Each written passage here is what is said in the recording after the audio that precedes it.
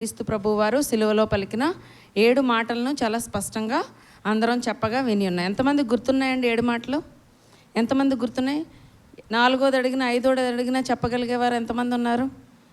7 మాటలు గుర్తుపెట్టుకోవడము కష్టమైతే కాదు. మనం చదువుకొని కూడా 2 రోజులే అవుతుంది. ఎందుకంటే అవి విలువైన మాటలు.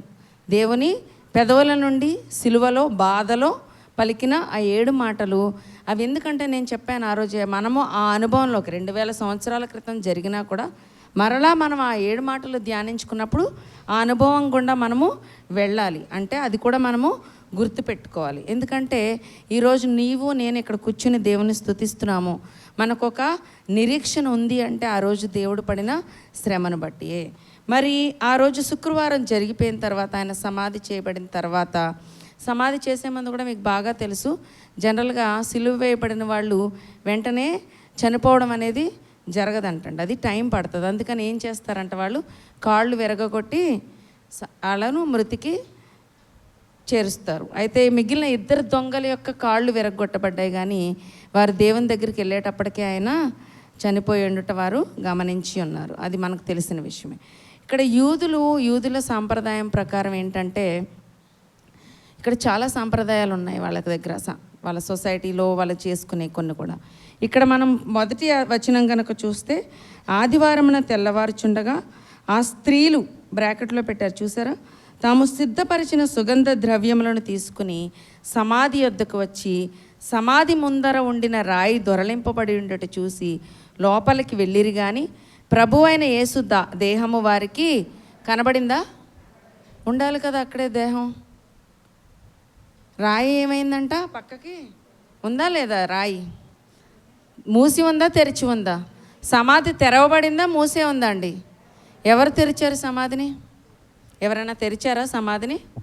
ఎందుకంటే ఎవరో తెరవడానికి అక్కడ ఆస్కారం లేదు. యూదులు వెళ్ళి, ఎందుకంటే ఆయన సిలువ వేయమని అడిగింది ఎవరండి? యూదులే. వీళ్ళే పరిసయ్యులు, వీళ్ళందరూ కలిసే సిలువ వేయమని చెప్పారు. అయితే వాళ్ళకు కూడా ఒక భయం ఉంది, ఏంటంటే 3వ రోజున నేను తిరిగి లేస్తానని వాగ్దానాలు ఉన్నాయి, లేఖనాలు ఉన్నాయి.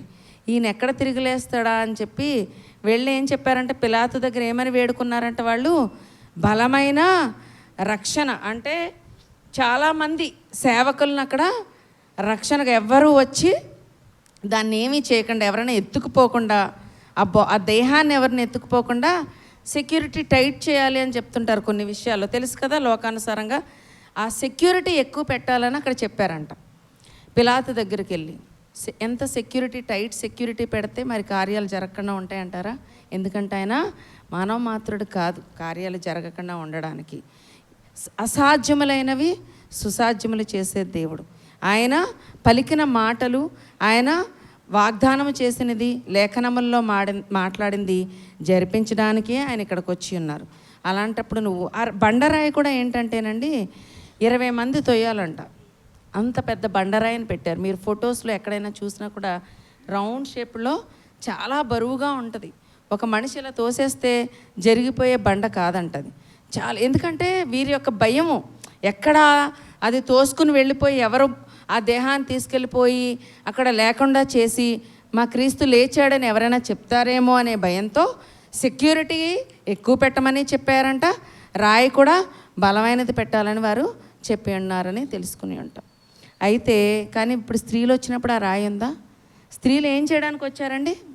స్త్రీలు ఏం చేయడానికి వచ్చారు? వారి ప్రేమను చూపించడానికి వచ్చారు అక్కడికి.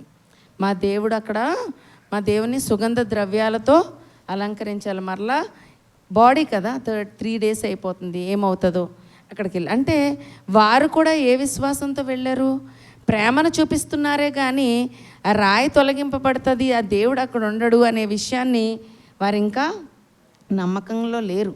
ఎంతసేపు వారు ప్రేమను, అంటే వారు తప్పని కాదు, ప్రేమను కనపరచాలి, నా దేవుణ్ణి గణపరచాలి, మా తండ్రిని గణపరచాలనే ఉద్దేశంతో వారు ఆ స్త్రీలు బయలుదేరి వెళ్ళట చూశారు. ఆ స్త్రీలతో పాటు ఎవరు కూడా సహాయకంగా రాలేదు. వారి యొక్క ఆలోచన ఒకటే, అక్కడ సెక్యూరిటీ ఉన్నారు, రక్షక భటులు ఉన్నారు, వారంతా మమ్మల్ని తీసుకెళ్ళి చెరసాలలో పడేసినా కూడా మాకు ఇష్టమే, కానీ మేము వెళ్ళి సుగంధ ద్రవ్యాలతో ఆయన అలంకరించాలి అనేది ఒక దృష్టి ఉంది. వారిలో ఉన్న ఒకే ఒక్క ప్రశ్న ఏంటంటే, ఆ బండరాయిని ఎవరు తొలగిస్తారు? ఇప్పుడు ఎలాగా? ఇక్కడ శిష్యులా మనతోటి రాలేదు, మగవారా మనతోటి రాలేదు. ఇదే ఆన్ ద వేలో వాళ్ళు మాట్లాడుకుంటూ వెళ్ళేదంతా ఏంటంటే ఆ రాయి ఎలా తొలగింపబడేది అనేది ఒకటే వాళ్ళ ప్రశ్న తప్ప వాళ్ళే అంత ఎంత ప్రేమను మనం రెండు విషయాలు ఇక్కడ చూడాలి. ఒకటి, ఆయన లేస్తాడనే నమ్మకాన్ని వారు ఇంకా గట్టిగా పట్టుకోలేదు, వెళ్తున్నారు. ఒకటే విషయంతో వెళ్తున్నారు, ఏంటంటే ప్రేమతో వెళ్తున్నారు స్త్రీలు. కానీ అక్కడికి వెళ్ళాక ఏం జరిగిందండి? రాయి తొలగింపబడిందా, మూసి ఉందా? రాయి పరలోకము నుండి ఒక దూత అప్పుడు ఒక నిమిషం, సమాధి ముందర ఉండిన రాయి దొరలింపబడి ఉండట చూచి లోపలికి వెళ్ళిరి గాని ప్రభు అయిన యేసు దేహము వారికి కనబడలేదు. ఇందును గూర్చి వారికి ఏమీయూ తోచకయుండగా ప్రకాశమానమైన వస్త్రములు ధరించిన ఇద్దరు మనుషులు వారి యొద్ద నిలువబడిరి. వారు భయపడి ముఖములను నేలమోపి ఉండగా, వీరు సజీవుడైన దానిని మీరెందుకు మృతులలో వెతుకుచున్నారు? ఆయన ఇక్కడ లేడు, ఆయన లేచి ఉన్నాడు. ఏం చెప్తున్నారండి? ఏం చెప్తున్నారు? ఆయన ఇక్కడ లేడు. సమాధి, తెరవబడిన సమాధి దగ్గరికే మనం వెళ్ళి ఉన్నాము.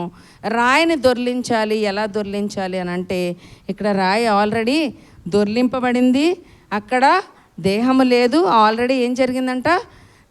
క్రీస్తు ప్రభు వారు ఏదైతే లేఖనములు చెప్పి ఉన్నారో ఆ విధంగానే అక్కడి నుంచి లేచి ఉన్నారు. ఒకవేళ నిజముగా వారు అనుకున్నట్టుగానే ఆయన ఇంకా వీళ్ళు వెళ్ళే వరకు రాయి తొలగింపబడకుండా ఉండుంటే, వాళ్ళు వెళ్ళే వరకు ఆయన లెగకుండా ఉండుంటే మానవ శక్తి అక్కడ కనబడుతుంది, అంతే కదా? వీళ్ళే తొలగించారు, వీళ్ళే తీసుకుని వెళ్ళిపోయారనే ఒక దృక్పథంలో ఉంటారు. ఇదంతా ఏంటంటే చారిత్రక ఘట్టము, ఇది నిజముగా జరిగిన ఘట్టము. దీనికి సాక్షులు ఖచ్చితంగా ఉన్నారు. మన మార్కు సువార్త 16వ అధ్యాయంలో 1-8 చదివితే తీయక్కర్లేదు. ఎందుకంటే 4 సువార్తల్లో కూడా ఎలా అయితే దేవుడు సిలువకు అప్పగించబడ్డారో అలాగే ఆయన లేచిన విషయాన్ని కూడా 4 సువార్తల్లో సువార్తికులు ప్రకటించడం, రాయడం మనం చూస్తాము. మత్తయి సువార్తలోను 28వ అధ్యాయంలోనూ ఉంటుంది, మార్కు సువార్త 16వ అధ్యాయంలో ఉంటుంది, లూకాలో ఉంటుంది, అలాగే యోహాను సువార్తలో కూడా ఆయన యొక్క ఏంటంటే అది రిజరక్షన్, పునరుద్ధానమును గురించిన విషయాలు అక్కడ చెప్పడం జరుగుతుంది. దేవుడు లేస్తాడు అని చెప్పారు, వాగ్దానాల ద్వారా సమాధి తెరవబడుతుంది అని చెప్పి ఉన్నారు. నేను 3వ దినాన నేను అక్కడి నుంచి లేస్తానని చెప్పారు. ఎందుకంటే ఈ విషయం వారికి ముందే తెలుసు కాబట్టే పిలాతు దగ్గరికి వెళ్ళి విజ్ఞాపన చేసి ఉన్నారు, రక్షక భటుల్ని పెంచమని చేసి ఉన్నారు. అయినా కూడా స్త్రీలలో ఏంటంటే అదొక ప్రేమ లేదు, వెళ్ళి మా తండ్రిని మేము చూసుకోవాలని. కానీ మీరు ఒకటి గమనిస్తే యూదుల సంస్కారం ప్రకారం ఇప్పుడు ఫర్ సపోజ్ ఎవరైనా శిక్షింపబడ్డారనుకోండి, లేకపోతే దొంగతనం చేశాడు, నువ్వు ఒకవేళ సాక్షి అయితే కనుక ఆ సాక్ష్యం కనుక నువ్వు చెప్తే అక్కడ కేసు అతని మీద నేరం మోపబడుతుంది.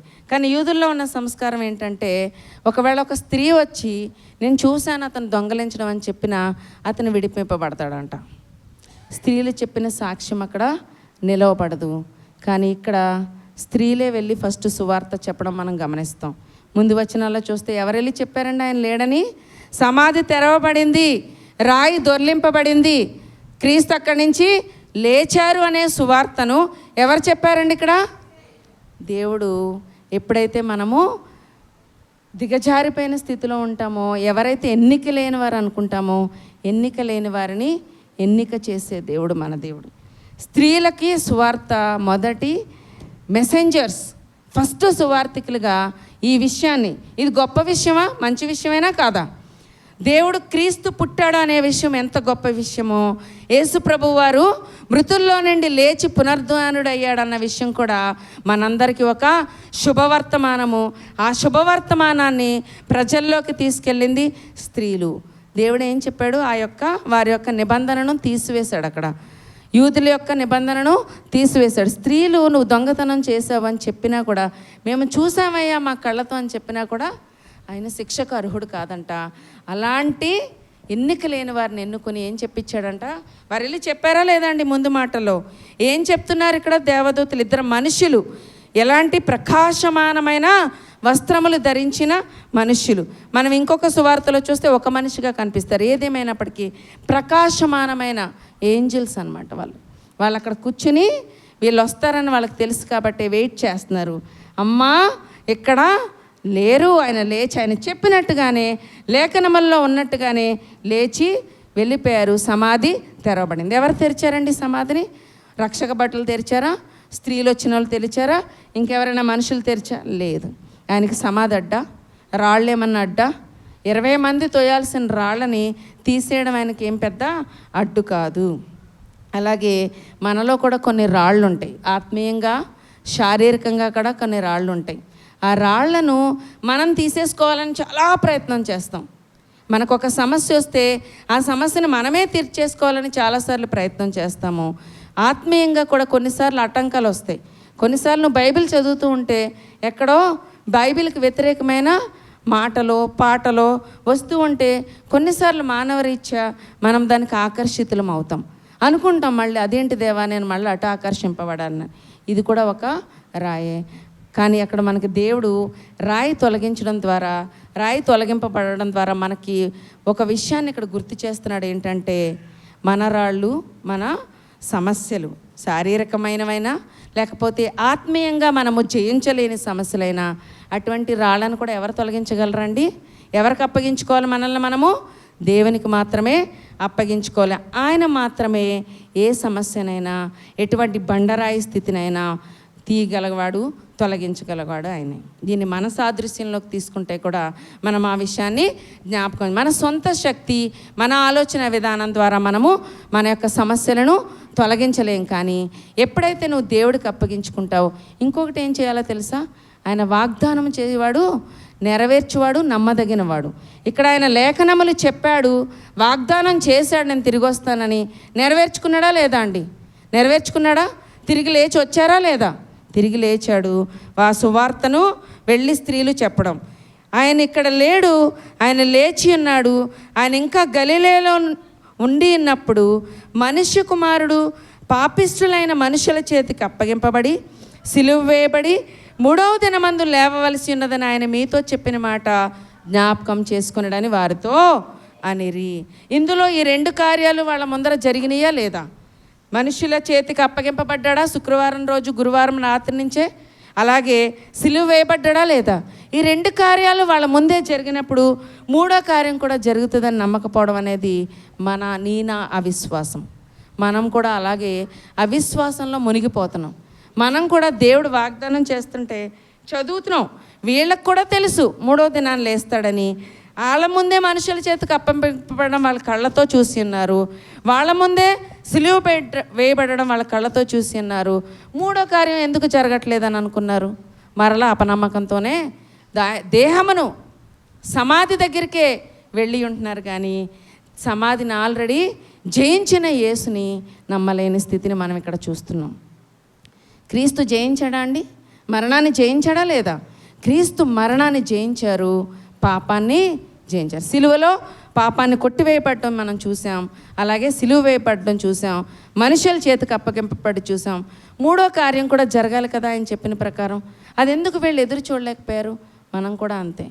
ఎన్నో సంవత్సరాలుగా వాక్యాలు చదువుతాము, ఎవరైనా ఆదరణ లేకపోతే ఆదరణ మాటలు చెప్తాము, వాళ్ళకి ధైర్యాన్ని చెప్తాం. కానీ నీ వరకు నా వరకు ఆ విషయం వచ్చినప్పుడు ఏం దేవుడో చేయగలడో లేదో మనుషుల సహాయానికి ముందెళ్ళిపోతాం. మనుషులతో మాట్లాడొద్దని దేవుడు చెప్పట్లేదు, కానీ దేవుని మీద ఆధారపడమంటున్నాడు. పూర్తి విశ్వాసాన్ని నేను ఎప్పుడు కనపరచగలం? ఆ స్త్రీలలాగా అపనమ్మకంగానే ఉండిపోదామా?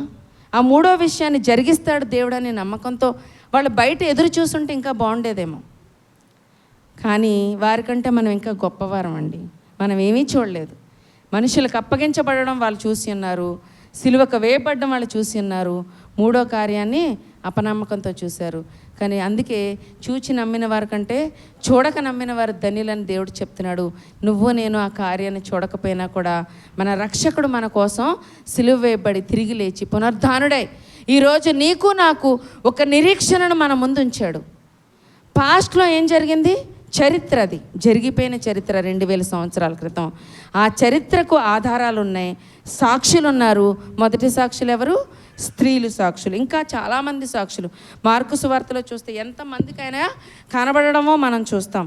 ఇంకా ముందుకెళ్తే సమాధి వద్ద నుండి తిరిగి వెళ్ళి ఈ సంగతులన్నీ పద నొకండగురగు శిష్యులకును తక్కిన వారందరికీ తెలియచేసిరి.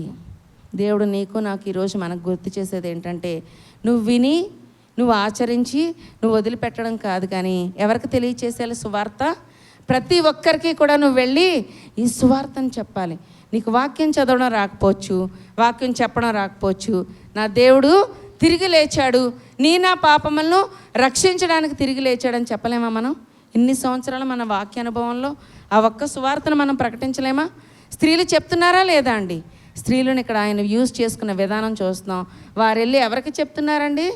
ఎవరికి చెప్తున్నారు? ఆయనతోనే ఉన్న, ఆయనతోనే గడిపిన శిష్యులకు వెళ్ళి అక్కడ లేడాయన, తిరిగి లేచాడు అని తక్కిన వారందరికీ తెలియచేస్తే వాళ్ళ యొక్క పరిస్థితి ఏంటో చూస్తారా? ఈ సంగతులను అపోస్తలులతో చెప్పిన వారెవరనగా మగ్దలేని మరియయు, యోహన్నాయు, యాకోబు తల్లి అయిన మరియయు, వారితో కూడా ఉన్న ఇతర స్త్రీలను. వీరందరూ వెళ్ళి చెప్తే, అయితే వారి మాటలు వీరి దృష్టికి ఎలా కనిపించినాయి అంట? వెర్రి మాటలుగా కనబడిన గనుక వీరు వారి మాటలను నమ్మలేదు. దేవుడే దిగొచ్చి, దేవుడే మన పాపాలను రక్షించి, దేవుడే సిలువకు కొట్టబడి, దేవుడే తిరిగి లేచినా కూడా, లేఖనము నెరవేరినా కూడా, స్త్రీలు వచ్చి ఆ సాక్ష్యాన్ని చెప్పినా కూడా ఎలాంటి మాటలుగా వాళ్ళు నిర్ణయించారండి? వెర్రి. నశించుచున్న వారికి ఎలా కనిపిస్తాయండి మాటలు? వెర్రిగానే కనిపిస్తాయి, వెర్రితనంగానే ఉంటాయి. కానీ రక్షింపబడుచున్న మనకి ఎలా ఉన్నాయండి? అవి దేవుని శక్తి అయి ఉన్నది.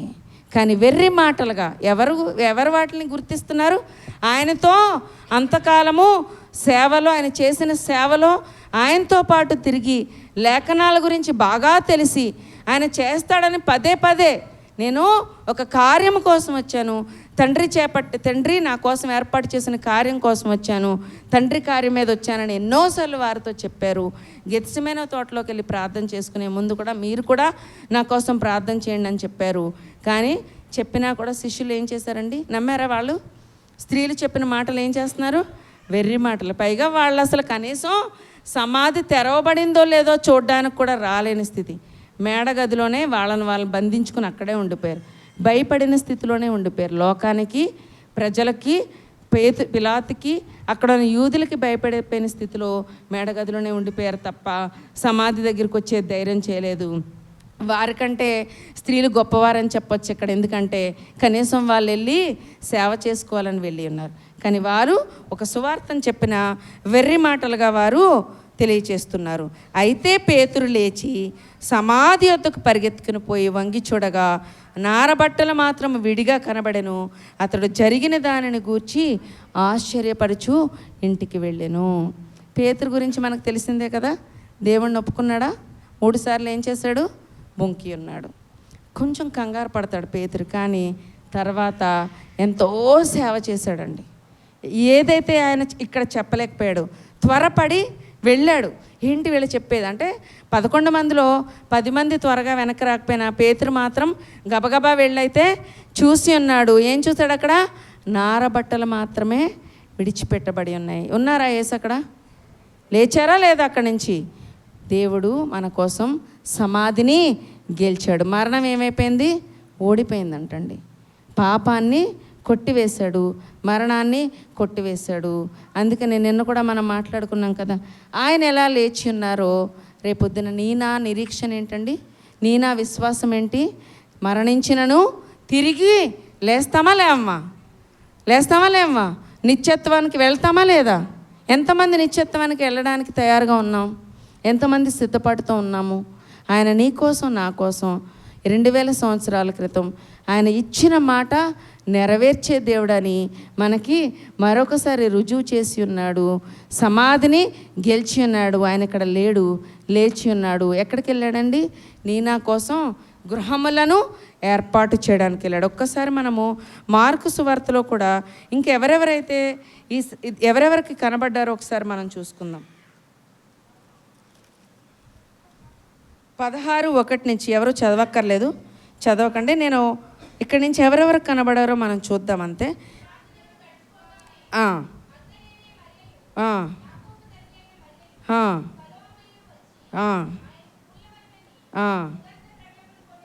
చాలండి. ఇక్కడ మనము అక్కడ చూసిన వాళ్ళే మరలా స్త్రీలు ఇక్కడ సుగంధ ద్రవ్యములు కొనడం చూస్తాము. వారు మరలా సూర్యోదయమైనప్పుడు సమాధి వద్దకు రావడం చూస్తాము. ఆ ద్వారము నుండి మన కొరకు ఆ రాయి ఎవడు పొర్లించును. ఒకరితో ఒకరు ఏం చెప్పుకుంటూ వెళ్ళారండి వాళ్ళు? రక్షకులు అక్కడ ఎవరైతే ఉన్నారో, వాళ్ళు ఎవరైతే రక్షక బడుగులు ఉన్నారో వాళ్ళు మమ్మల్ని ఏం చేస్తారనే బాధలో వెళ్ళి ఉన్నారా? మనం ఇందాక చెప్పుకున్నాం కదా, ఏం చెప్పుకుంటూ వెళ్ళారు? అబ్బా రాయి ఎవరు తొలగిస్తారు, మనతో పాటు ఎవరు రావట్లేదు మగోళ్ళు, మనం ఎలా తొలగించాలనేది మాత్రమే చెప్పుకుంటూ వెళ్ళాం. అయినా కూడా వెళ్ళిపోదాం, ఏదో ఒకటి చేయాలి, మొత్తానికి మన దేవుణ్ణి మనం సేవించాలనే దృక్పథంతో వెళ్ళి ఉన్నారు. అప్పుడు వారిలు సమాధిలో ప్రవేశించి తెల్లని నిలువుటంగి ధరించుకునే ఒక పొడిచివాడు కుడిపైపున కూర్చుంటూ చూచి మిగుల కలవపడరి. ఆయన ఏం చెప్తున్నాడు? కలవరపడకుడి, సిలువ వేయబడిన నజరేయుడగు యేసును మీరు వెతుకుచున్నారు, ఆయన లేచి ఉన్నాడు. ఈరోజు చాలామంది స్టేటస్ పెట్టుకుని ఉంటారు కదా, happy Easter, he is Ryzen. నేను కూడా పెట్టుకున్నాను, ఎందుకంటే అది గొప్ప శుభవర్తమానం. నీ కోసం నా కోసం లేచి ఉన్నాడు. అది మనకొక ఆశ్చర్యకరమైన అద్భుతకరమైన విషయం. పేతురు ఆశ్చర్యపోయాడంట. ఒక కార్యం ఆయన చెప్పి ఉన్నాడు, లేఖనము అది నెరవేరబట్టు చూసి, ఆయన అక్కడ లేకుండా చూసి ఏం చేశాడండి?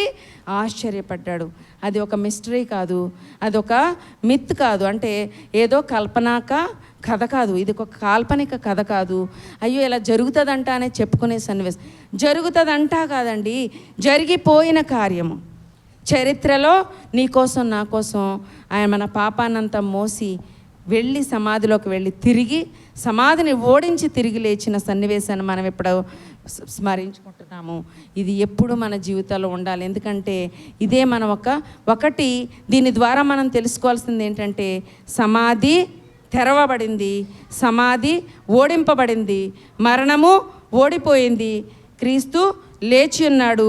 క్రీస్తు లేచి ఉన్న ప్రకారం మనం కూడా మృతులైపోయినప్పటికీ కూడా తిరిగి లేచి నిత్యత్వంలోకి వెళతామనే ఒక నిరీక్షణను మనకిచ్చి ఉన్నాడు. కానీ ఆయన ఏం కోరుతున్నాడు? నీ నుంచి నా నుంచి విశ్వాసాన్ని కోరుతున్నాడు. ఆ రోజు స్త్రీలు, ఆ రోజు శిష్యులు, ఇంకెవరైతే నమ్మలేకుండా ఉన్నారో అలాగే అపనమ్మక స్థితిలోనే మనం వెళ్ళిపోవాలా? లేదు, మన కోసం, నీ కోసం, నా కోసం లేచి పైకెళ్ళి మన కోసం గృహంలో ఏర్పాటు చేసి తిరిగి వచ్చి మృతుల్లో ఉన్న సజీవుల లెక్కలో ఉన్న మనల్ని తీసుకెళ్తాడు నిత్యత్వం. మరణము అంతము కాదని మనకు ఒకసారి ఆయన నిరూపించడం జరిగింది. ఆయన ఎలా లేచాడు? ఆయన లేచాడని నువ్వు నమ్మితే నువ్వు కూడా లేస్తావనే నమ్మకం, నీకు ఆ విశ్వాసం ఉండాలి. ఈ సువార్త నీ నాలో మధ్యలో ఉండిపోకూడదు. కానీ ఈ సువార్త ఎక్కడికి వెళ్ళాలండి? ప్రకటింపబడాలి. మనమందరం వెళ్ళి ఈ సువార్తను అనేక మందికి చెప్పాలి. నా రాజు లేచి ఉన్నాడు, నా కోసం తిరిగి లేచాడు, నేను కూడా ఒక దినాన మృతుడైపోయినప్పటికీ కూడా తిరిగి లేచి ఆయన సన్నిధికి వెళతానని నువ్వు ఆ సువార్తను ఎవరైనా చెప్పచ్చు.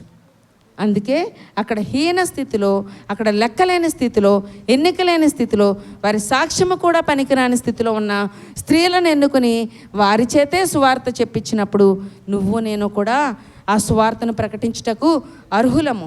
ఆ అర్హతను నీకు నాకు కూడా దేవుడు మనకిచ్చి ఉన్నాడు. మనం ఇంకా చూస్తే, మీరు వెళ్ళి ఆయన మీకంటే ముందుగా గలిలయలోకి, ఎక్కడికి వెళ్తున్నాడంట? గలిలయలోనికి వెళ్ళుచున్నాడు. అక్కడ మీరు ఆయన చూతురు, ఆయన శిష్యులతోనూ పేతురుతోనూ చెప్పమని ఆ మనుష్యుడు చెప్పడం విన్నారు.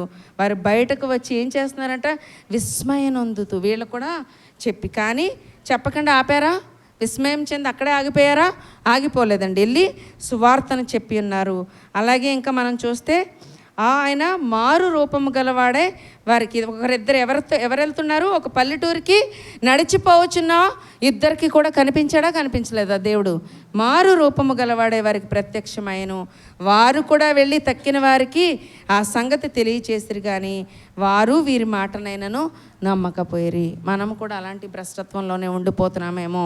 మనం ఒక్కసారి విస్మరించుకోవాలి, ఒకసారి మనము పరీక్ష చేసుకోవాలి.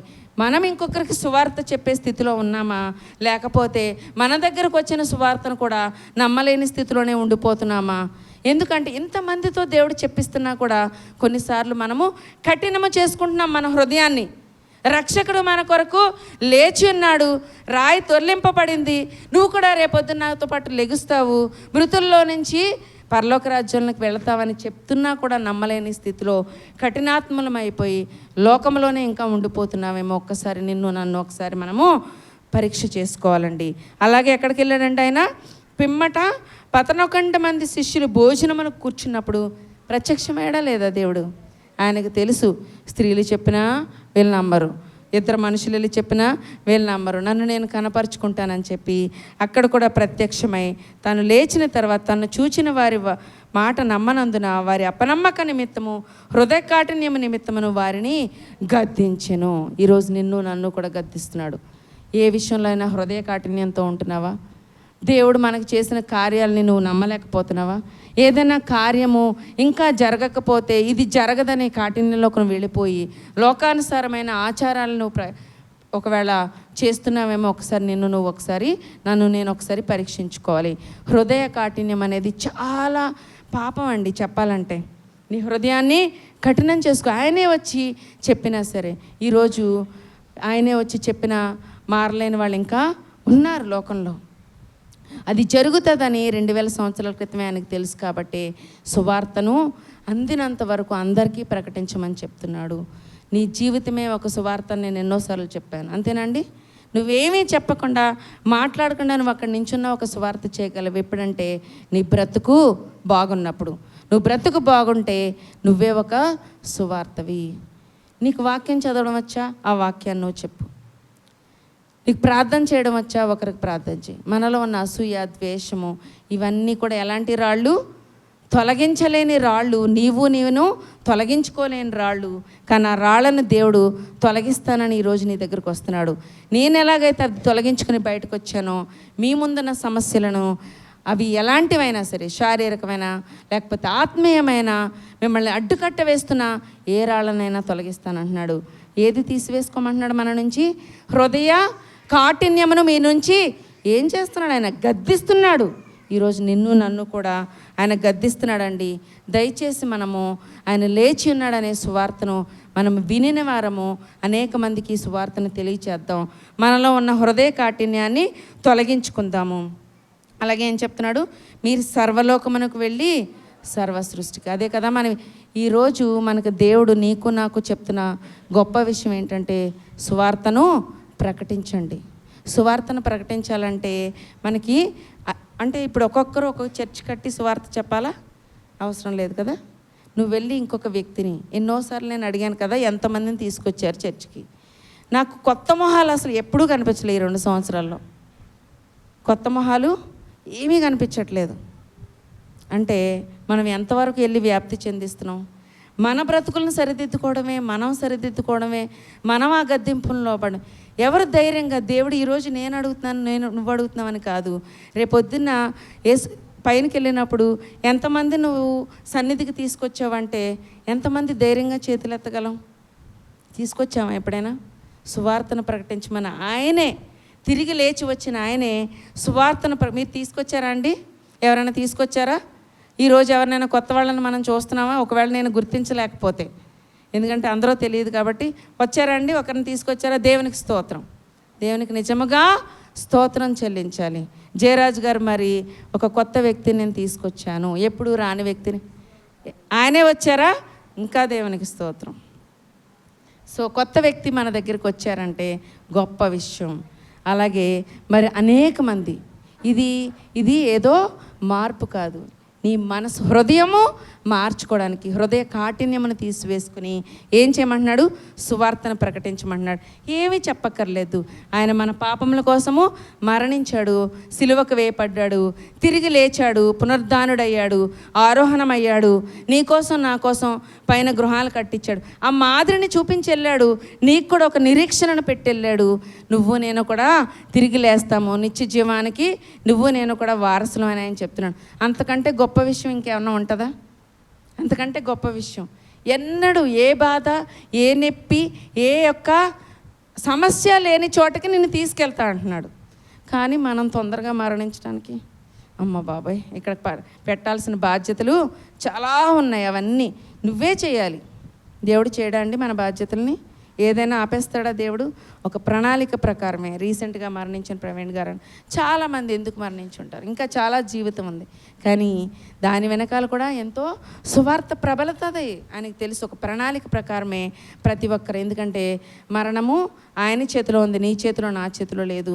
కాబట్టి మరణాన్ని ఓడించిన దేవుడు నీకు నాకు ఈరోజు ఏం చెప్తున్నాడంటే, విశ్వాసము కలిగి ఉండు, నమ్మకత్వం కలిగి ఉండు, ఇంకోటి ఏం చెప్తున్నాడు, నిరీక్షణ కలిగి ఉండు.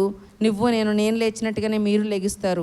సజీవులమై ఉంటే ఆయన వచ్చే సమయానికి సజీవులుగానే మధ్యాకాశానికి వెళ్తాం. మృతుల్లో ఉంటే ముందు మృతులే లేచి, నేను చదువుకున్నాం కదా, మృతులే వెళ్ళి ఆయనతో పాటు వస్తారు. రెండు రకాల్లో ఏదో ఒక చోట దేవునితోనే మనం ఉంటాము. ఈ నిరీక్షణ నీకు నాకు బలపడాలి. నీకు తెలిసిన ఈ సువార్త ఏం చేయాలి? ప్రకటించాలి. 3 విషయాలు ఈరోజు. ఒకటి, ఆయన లేచాడని నువ్వు నమ్ముతున్నావు, ఆ నమ్మినది ఏం చేయాలండి? నమ్మిన సువార్తను అనేక మందికి తెలియచేయాలి. ఇంకోటి, నీ నిరీక్షణను గట్టిగా కాపాడుకోవాలి. 3 చేద్దామా? విశ్వాసం కలిగి ఉందా? ఎంతమంది విశ్వాసం కలిగి ఉందో? ఈ నమ్మకత్వాన్ని మనం కాపాడుకుందామా?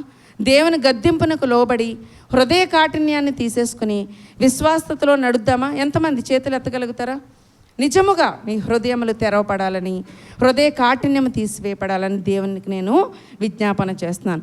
ప్రకాశమానమైన వస్త్రములంటే, నేను ఈరోజు వస్తున్నప్పుడు యవనస్తులంతా ప్రకాశమానమైన వస్త్రములు, మీరు కూడా యవనస్తులే, ఈరోజు ప్రకాశమానమైన వస్త్రములు ధరించిండి, తెల్లటి వస్త్రాలు. అలాగే మన హృదయాన్ని కూడా దేవుడు ఏం కోరుతున్నాడు? ప్రకాశమానమైన హృదయాన్ని కూడా కోరుతున్నాడు. అటువంటి హృదయాన్ని మనం కలిగి ఉండి, విశ్వాసము కలిగి, నీ కోసం నా కోసం దేవుడు లేచాడని నమ్మి, ఆ నమ్మిన సువార్తను అనేక మందికి నీ మాట ద్వారా కానీ, నీ చేత ద్వారా కానీ, నువ్వే సువార్తగా మారైనా సరే ప్రకటించు. అనేక మందిని దేవుని దగ్గరికి తీసుకునిరా. అలాగే ఇంకోటి, నిరీక్షణ కలిగి ఉండు. భవిష్యత్తు గురించిన నిరీక్షణ. నీ భవిష్యత్తు నీకు తెలియకపోవచ్చు, కానీ నీ దేవుడికి తెలుసు. ఒక గృహము నీ కోసం ఏర్పాటు చేసుకున్నాడు. ఆ గృహంలోకి వెళ్తామన్న నిరీక్షణ కలిగి ఉందాం. దేవుడి వాక్యాన్ని దీవించునుగాక. ఆమేన్.